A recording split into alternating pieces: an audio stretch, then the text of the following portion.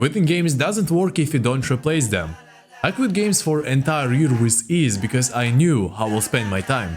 In this video I'll show you activities that made games feel irrelevant for me, so they can do the same for you. But before we'll start, let me quickly explain why replacing is actually necessary. It's because when you quit games, you have a lot of free time. And if you don't replace this free time with some high-value activities, then you'll replace this with some low-value activities, like content, like porn, and you probably don't want it, right? That's why you have to replace them with high-value activities that will make you smarter, stronger, or better somehow, and not just swap one pit for another. If you're a guy, you must have a physical hobby. It improves your confidence, it improves your body, it clears your mind, and after a great training, it gives you instant shot of healthy dopamine. One thing that I want to mention about hobbies is that some hobbies actually require you to spend some time inside before you'll understand why people love them. It's mostly those physical trainings, complex stuff like chess, musical instruments, and similar. So if you're trying out a new hobby, make sure to spend enough time for it before you switch to another. Because a lot of guys are quitting halfway through and telling that they have no hobbies. They haven't actually tried enough, so don't be that silly. Hobby number 2 is reading. It's one of the most healthy forms of content you may find. It improves your focus, improves your mind clarity. It's still pretty fun if you'll find a decent story to read, so make sure to add this to your hobby list. Hobby number 3 is coding. This is one of my favorite ones. It lets you create pretty much anything from scratch. And I know for some guys it feels a bit boring, but coding is not only about web applications and desktop applications. You can also think about coding in terms of games and modding. So if you ever thought of creating your own game, you could try it out. It's a great hobby to try. Hobby number 4 is content creation. As you may have noticed, I'm literally doing it right now. You can start a YouTube channel, TikTok, Instagram, or even blog of some sort. Share your thoughts, teach others, create funny clips, do whatever you like. Stop being a consumer and start producing content.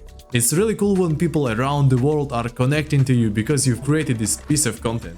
And when this piece of content is really high quality, it's even more pleasant. If you have really a lot of time, I highly suggest you to start a YouTube. Hobby number 5, productivity. It's not that much of a hobby, it's more like a lifestyle, but it really helps to beat gaming addiction. Just like in games where you have a lot of quests, you can create quests for yourself when you're productive. Create a to-do list and fill it with tasks you're going to do today. When you accomplish really big tasks, it feels extremely pleasant, because you know that this day wasn't lost like those days before when you were playing games. You feel like you made a step toward your goal, your passion, your new identity. You're no longer a gamer who was wasting all his time to play some shitty games, but you're now a person who is actually achieving his goals. Hobby number 6 is cooking. It's pretty simple, just try to create food by yourself. It has a lot of branches. You could start with creating main meal, soups, salads, sweets, cocktails, coffee, teas, and many more. Just pick something you're really passionate about. Watch a lot of guides, try out different tactics, and in addition to this hobby, after a few months you literally cook like a chef, so it definitely has a positive consequence on your life. Hobby number 7 is journaling. First of all, it develops mindfulness. Every stuff you do throughout the day feels like action inside game. You're way more aligned to your goals, you're staying on the track way easier. And in addition, when you've made really ton of daily notes and then you go to reread them, everything that was happening to you throughout that period of life will be so detailed, and it will be really fun to read, I swear. Of course, if you're journaling more like memoir style.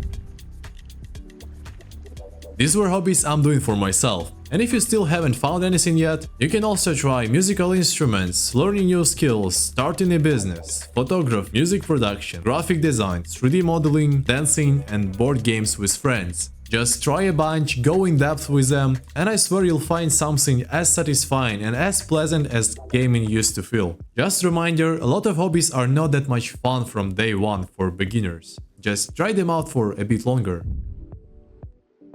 If you've been struggling to quit games and feel like you lack accountability, join my free Skool community by the link in the description. If you like this video, please subscribe for more content that will help you on your journey. Hope I'll see you in the next one. Bye!